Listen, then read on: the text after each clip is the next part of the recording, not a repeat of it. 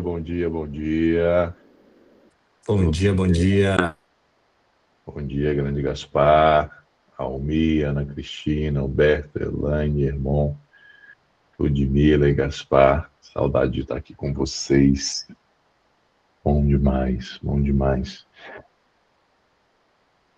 Existem, tem tem algumas histórias da Bíblia, ou alguns personagens bíblicos que eles são coadjuvantes, né? Eles são laterais, assim, e às vezes, quando a gente lê, aquilo até chama atenção ou não chama atenção, mas não é das histórias que ficam na nossa memória, né? Naturalmente, o que a gente lembra e o que a gente ouve em pregações, o que a gente ouve em comentários, em devocionais, naturalmente são as histórias principais, os personagens principais, os mais famosos, as parábolas de Jesus, enfim. E só que a Bíblia, ela é de uma riqueza e de uma profundidade extrema, assim, a gente não tem como mensurar isso. E nada está ali por acaso, né? Nenhuma história está dita ali por acaso, nenhum relato foi escrito por acaso, até porque, dependendo de como você lê, dependendo de que fase da vida que você está, e dependendo da busca que você está, dependendo de como a gente está pedindo a Deus, pedindo ao Espírito Santo, a oração, por oração, a inspiração, às vezes um versículo ele diz muita coisa. Às vezes um versículo destrava uma coisa que está na sua mente, uma dúvida, te traz uma confirmação. Às vezes um versículo é uma profecia, é uma resposta para algo que você está buscando. Às vezes aquilo que você lê, no momento em que você lê, com a inspiração em que você lê, é uma confirmação de fé, é uma transformação de vida, traz até um novo nascimento. Por exemplo, eu estava selecionando essa música ontem para trazer aqui para vocês e vi no comentário uma pessoa dizia assim: eu já havia sido batizado, mas eu ainda não havia entregue a minha vida a Cristo. Quando eu ouvi essa música, que essa é a minha promessa, gastarei minha vida para te coroar, aí sim eu renasci. E aí sim eu entreguei a minha vida. Então, as palavras que vêm da Bíblia, elas são muito poderosas e não estão ali por acaso. E hoje eu quero refletir com vocês com uma dessas histórias de um coadjuvante. Ela é uma história lateral que muitas vezes passa despercebida ou a gente não vê tanto em pregação, mas ela é até grande na Bíblia, né? Se elas são 10 versículos. Se você for parar para pensar em coadjuvantes, ter 10 versículos na Bíblia é algo relativamente grande, que é justamente a história de Simeão, que é a história que inspirou essa canção chama Canção de Simeão, e ela está lá relatada somente no Evangelho de Lucas, no capítulo 2, versículo 25 e 35. Então, se você tiver aí com a sua Bíblia, no celular, no computador, a Bíblia física,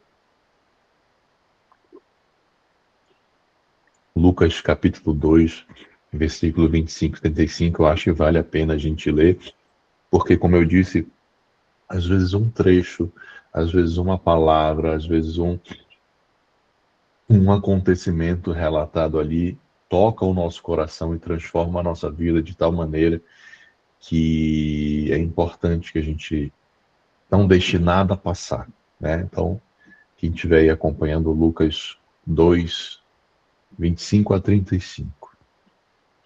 A gente está aqui, está relatando o nascimento de Jesus.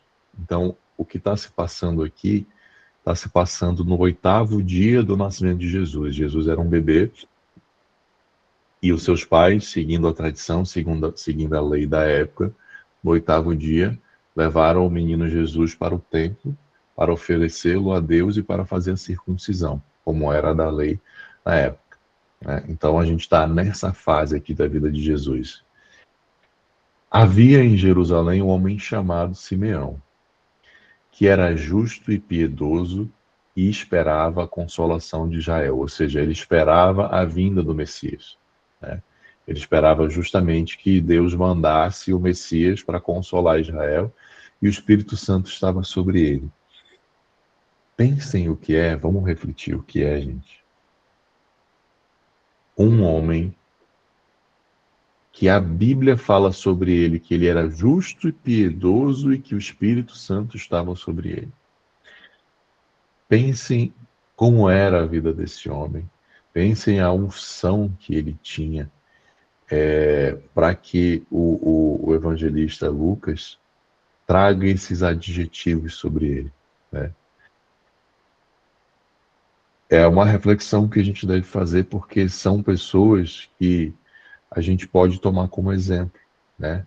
Nós temos um Deus só, nós não fazemos ídolos, nós temos um Deus só, esse Deus é o nosso Pai, é o Cristo Jesus, é o Espírito Santo, mas nós podemos usar bons homens de exemplos, né? Justamente de conduta, de porte, enfim. E Simeão, certamente, depois que eu li com calma a história dele, serve de exemplo para a gente, né? Mas vamos seguir.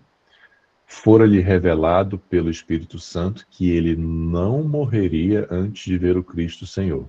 Ou seja, ele era tão íntimo com o Espírito Santo que o Espírito Santo falou: olha, você busca, você é justo, piedoso, você busca a consolação de Israel, e eu digo você verá essa consolação antes de você morrer, né? Então ele teve essa palavra, ele teve essa promessa para ele, para a vida dele. E aí o verso 27, olha como é interessante. O verso 27, na minha tradução, estou usando a NVI, ela inicia falando o seguinte: movido pelo Espírito Santo, ele foi ao templo. Esse era um homem tão aberto e tão íntimo com o Espírito Santo, que ele não só era justo e piedoso, mas ele tinha palavras e promessas do Espírito Santo para ele, e ele tinha um relacionamento que eu fico imaginando aqui como de ouvir, de conversar, de ser amigo, né? Porque ele ouviu uma voz, não, na verdade eu estou trazendo isso aqui, né? Eu não sei como foi, mas eu estou imaginando que ele ouviu uma voz, ou que ele sentiu no coração uma vontade de ir ao templo. E ele, obediente, foi. Mas por que aquela voz, por que o Espírito Santo pediu para que ele fosse ao templo, né? Vamos seguir aqui no versículo. Quando os pais trouxeram o menino Jesus para lhe fazer conforme requeria o costume da lei, Simeão o tomou nos braços e louvou a Deus, dizendo, ou seja, Jesus foi levado pelos pais, por Maria e José, né, como eu disse, para o templo no 8º dia, para fazer o que era o costume da lei. Ele está no templo, vê um bebê entrando, bate o olho naquele bebê e tem, naquele exato momento, a certeza de que aquele era o Cristo, porque ele tinha a palavra e ele estava inspirado. E ele tem tanta certeza que ele toma nos braços a criança.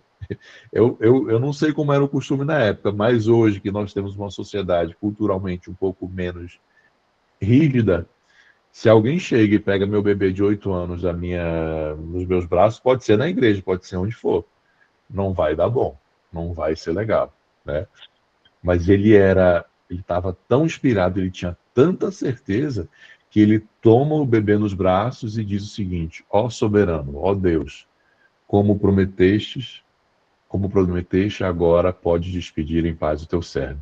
Ou seja, agora eu posso morrer, pois os meus olhos já viram a tua salvação, que preparaste a vida de todos os povos. Gente, pensa em você ver Jesus, ainda que bebê, com 8 dias de vida. Mas pensem na emoção, no sentimento, na sensação que esse homem de fé teve. E ela foi tanta que ele falou assim: agora eu posso morrer. Agora eu posso entregar a minha vida, porque a promessa foi cumprida.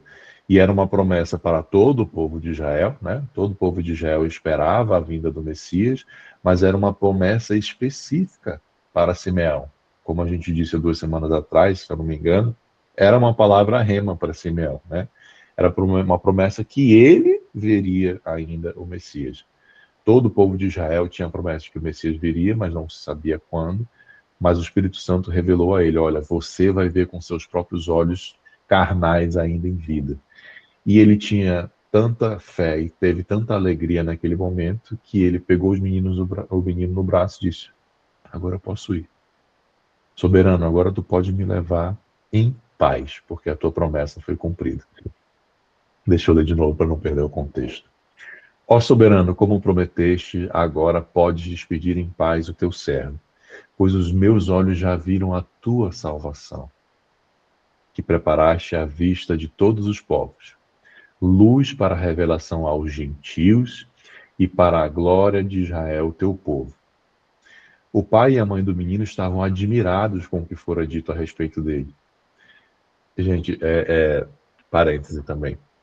Maria e José devem ter ouvido cada coisa, né? Porque eles carregavam o Salvador nas mãos. E aquela era uma época e uma terra de muitos profetas, de pessoas muito espiritualizadas. Então, ao longo da vida, especialmente, creio eu, ao longo da infância, da juventude de Jesus, eles devem ter visto e ouvido muita coisa. E aqui a Bíblia relata um dos poucos aspectos da infância de Cristo, né? Que eles ficaram admirados.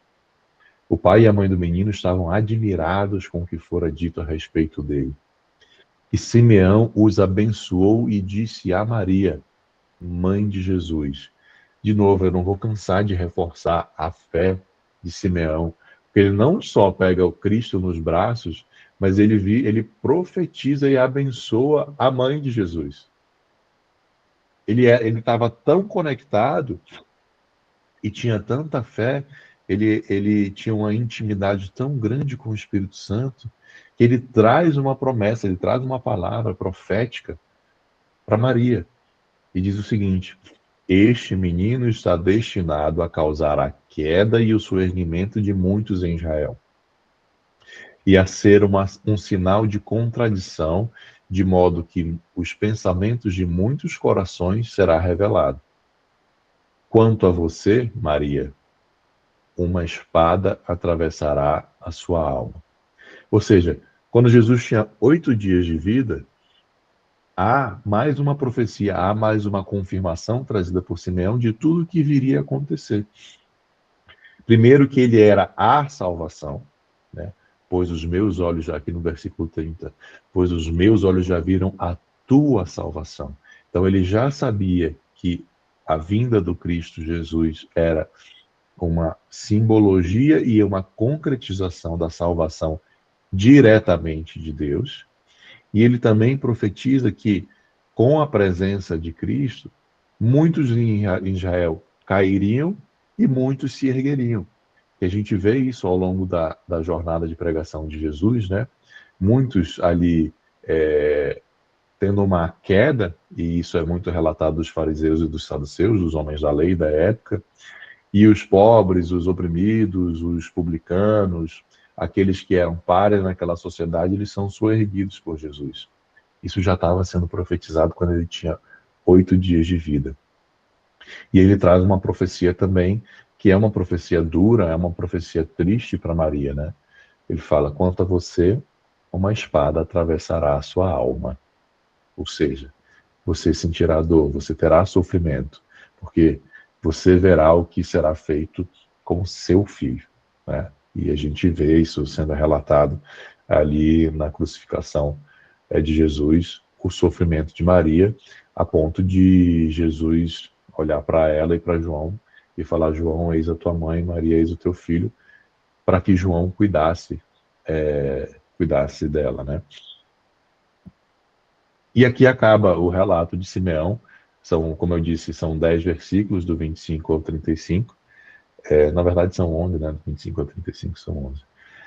Essa é a história de um homem que ele é quase anônimo, ele só não é anônimo porque tem ali o primeiro nome dele. Mas é uma história que me chama a atenção, porque é uma história de uma fé e de uma esperança tão grandes, que é muito difícil de a gente ver e vivenciar hoje.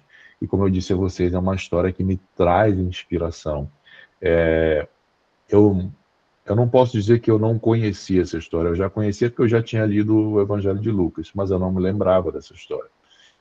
E eu só me lembrei dessa história porque essa música que a gente trouxe, ela é uma canção que eu gosto muito. E tocaram ontem lá o nosso louvor da Id tocou ontem e me tocou profundamente. E aí eu fui, nossa, acho que eu vou levar essa história amanhã no devocional do Em Cristo, etc. Mas espera aí, canção de Simeão, quem é Simeão? E aí que eu fui, né, buscar, pesquisar e estudar e vi quanto que era profunda e inspiradora a história de Simeão, que é um homem, como eu disse, quase anônimo, mas que dá um testemunho de fé e de esperança que são comoventes, porque ele havia entregue completamente a sua vida ao Pai. Nesses 11 versículos a gente percebe o quanto ele era íntimo com o Pai, a ponto de ele ser preenchido pelo Espírito Santo e guiado por ele, porque a gente vê o relato de que ele era justo e de que ele tinha esperança da salvação, da consolação, da vinda do Espírito Santo, mas a gente vê o relato também que ele é movido pelo Espírito Santo e de que o Espírito Santo traz uma promessa para a vida dele. Isso para mim só pode representar um sinal de intimidade, né? Um sinal de relacionamento muito grande, porque a gente sabe que isso está disponível para todos nós. E essa é uma pergunta que eu já me fiz e às vezes continuo me fazendo e que a gente ouve muito também. Tudo bem, mas como que eu faço para ter esse relacionamento? Isso me inspira muito, isso é muito bonito, isso é muito profundo, isso é muito legal, eu também quero ter, mas como que eu faço? E a resposta que eu vejo da história de Simeão é: você é que tem que buscar, porque essa intimidade, o Espírito Santo está disponível para nós, mas você é que tem que transformar a sua vida e trazer ao centro Cristo. E você é que tem que, dia após dia, hora após hora, ter uma busca intencional e intensa por Deus para que você tenha essa intimidade. E uma coisa que me chama a atenção também, que Simeão era extremamente apaixonado por Deus, mas ele vivia na esperança de um Salvador, que no meu julgamento racional é mais difícil ainda de ter fé, porque ele vivia em um momento em que o povo de Israel estava oprimido, muitas pessoas já não seguiam aquela fé como a gente vê em relatos mais antigos da Bíblia. Né? Aliás, o povo de Israel, uma parte ele sempre se desvia, né? E ele vivia com base em uma promessa de que o Salvador viria. Mas, apesar de ter essa promessa por séculos, por milênios, e o Cristo não ter vindo, ele continuava disciplinadamente buscando todo dia. E ele recebe esse presente de poder ver o Cristo beber, e ao vê-lo, ele fala assim: pode me levar. Eu não sou mais meu, como diz a música, né? Não está isso relatado no Evangelho, mas a música foi muito feliz em trazer essa poesia, essa inspiração. Diz: eu não sou mais meu. E sabe o que eu fiquei pensando? Eu falei assim: nossa, se eu visse o Messias beber, eu ia falar assim: não, Deus, espera aí que agora eu quero acompanhar, eu quero ficar do lado dele. Eu quero viver junto com ele, eu quero vivenciar o que ele vai vivenciar. De repente, deixa eu ajudar um pouquinho aqui, porque ele é um bebê, sei lá como que eu iria enxergar. Mas quem de nós teria essa fé de, naquele instante, entregar a vida? Quem de nós teria a fé de hoje, ajoelhar, olhar para os céus e falar assim: Pai, o que tu tinhas para mim foi cumprido, pode me levar? Quem de nós sabe o que o Pai tinha para gente? Ou quem de nós poderia simplesmente ajoelhar e falar assim: Senhor, eu vi com os meus olhos a tua salvação. Porque Uma das coisas que mais me chama a atenção na história de Simeão é justamente que ele viveu na promessa, na expectativa, e tinha essa fé, o tamanho de uma montanha. Mas nós temos o Cristo. Nós temos a certeza de que ele veio e ainda assim não temos essa fé. Ele fez tudo isso à espera de Cristo. Nós já vivemos no futuro em que Cristo veio, nós temos os relatos, nós, se tivermos olhos de ver e ouvidos de ouvir, podemos ver milagres e profecias se cumprindo todos os dias. Nós já temos a nova aliança, nós não vivemos mais na dureza daquela lei. E o que a gente entrega para Deus? Como está a nossa intimidade com o Espírito Santo? Mesmo já vivendo numa era após a vinda do Messias. Quantos de nós podemos dizer, como a canção de Simeão, que diz: Eu não sou mais meu, e essa é minha promessa, eu gastarei a minha vida para te coroar. Esse é o meu anseio, e o meu amor por ti não será segredo. Isso aqui me lembra da ostensividade, Gaspar. O meu amor por ti não será segredo. Nós não podemos ter vergonha de sermos cristãos. Nós não podemos esconder ou nem agir de uma maneira tímida quanto à nossa fé. Isso não pode e não deve ser um segredo. E eu não sei vocês, mas eu gostaria muito de viver o que Simeão viveu. Eu gostaria muito de viver como ele viveu. Com aquela intimidade, com aquela fé, com aquela paixão. E com a possibilidade de ver com os meus olhos Cristo. Mas a conclusão que eu tiro da história de Simeão é que eu só consigo vivenciar o que ele vivenciou se eu fizer a mesma coisa que ele fez, que é tirar o centro da minha vida do meu eu e colocar o centro da minha vida em Cristo. Em gastar, como diz a música, gastar a minha vida para te coroar. Ou seja, o principal objetivo, foco, pensamento, planejamento. O objetivo da minha vida é Cristo, é coroá-lo. E fazer essa promessa para mim e para ele. Aí eu acredito que aí sim nós todos poderemos vivenciar e vivenciar o que Simeão vivenciou e viver como ele viveu. Uma semana abençoada para todos nós, que nós possamos nessa semana lembrar de Simeão, viver como ele viveu, para que a gente possa ter a oportunidade de termos experiências espirituais com Cristo. Amém. Alguém quer pedir oração para essa semana? Alguém quer falar alguma coisa?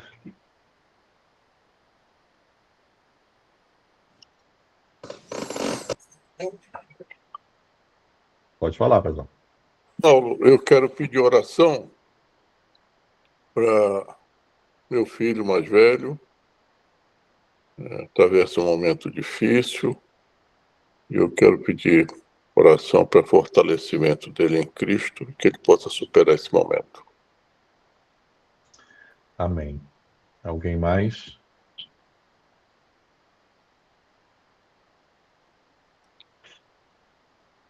Ninguém? Então vamos orar.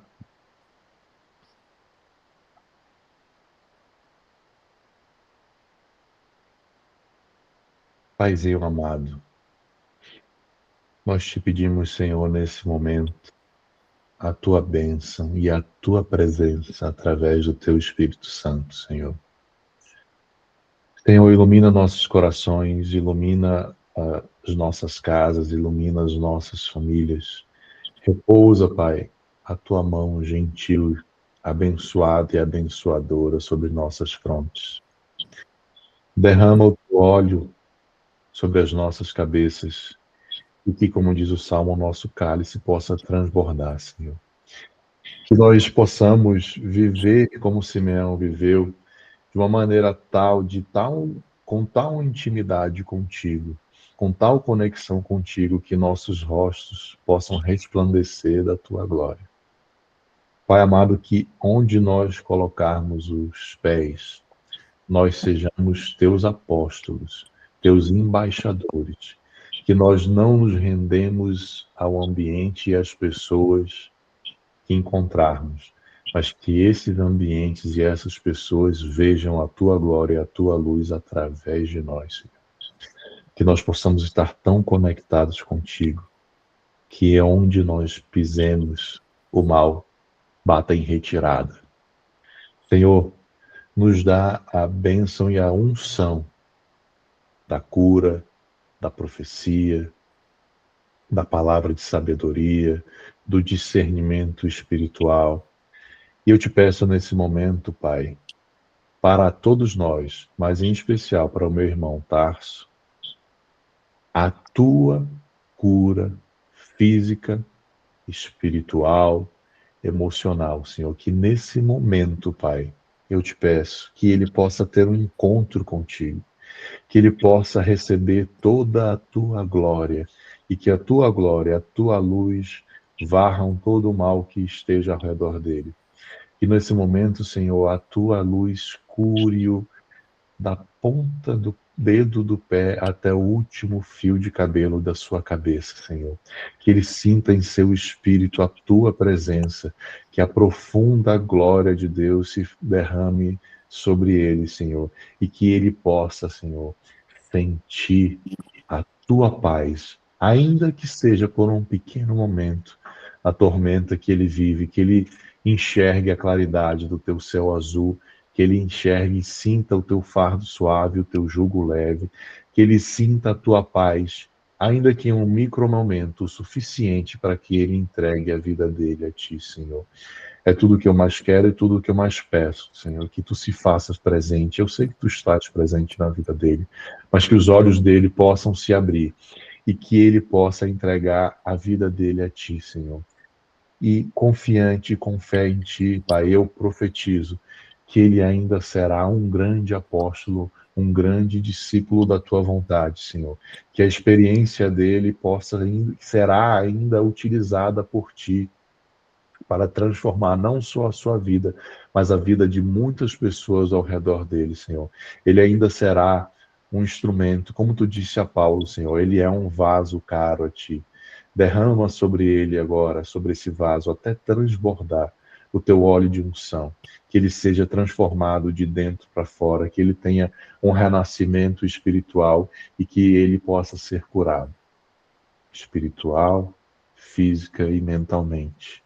E que esse vaso seja todo feito novo por tuas mãos santíssimas, Pai, e seja utilizado por ti para transformar e ganhar muitas vidas para o teu nome. Que ele seja usado, Senhor, também para evangelizar e para trazer o teu reino para a terra. É o que eu te peço, Pai, não só para ele, mas para todos nós, Senhor, e para todos nós que temos um familiar doente, física, espiritual ou mentalmente, Senhor.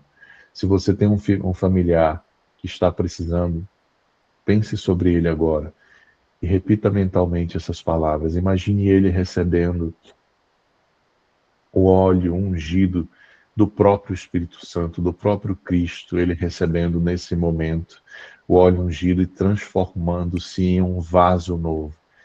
Com as mãos do oleiro maior, que é o nosso Mestre Jesus, imagine o seu familiar recebendo as mãos dele, sendo transformado pelo Mestre, sendo curado e reconfigurado, tendo toda a sua vida reconfigurada. Senhor. Que eles possam se ajoelhar, entregando a sua vida a Jesus. Pai amado, que nós possamos, ao longo dessa semana, com essa tua unção, através das nossas palavras e através de nossas mãos, transbordar essa unção, Senhor. Que nós possamos, ao longo dessa semana, sermos teus apóstolos, teus discípulos, teus enviados, teus emissários, teus embaixadores, que onde quer que a gente esteja, e tu nos dê discernimento espiritual para a gente orar por quem deve orar, para que a gente possa curar através de ti quem necessite de cura, Senhor. Nós estamos aqui de braços e de corações abertos, dizendo, como disse Maria ao anjo Gabriel: eis-me aqui, Senhor, o teu servo, a tua serva. Nós estamos ao teu dispor, Senhor, para sermos teu instrumento. Nós te pedimos e te agradecemos em nome de Jesus. Amém. Amém. Uma semana abençoada para todos vocês. Um beijo a todos. Semana abençoada, beijo, beijo.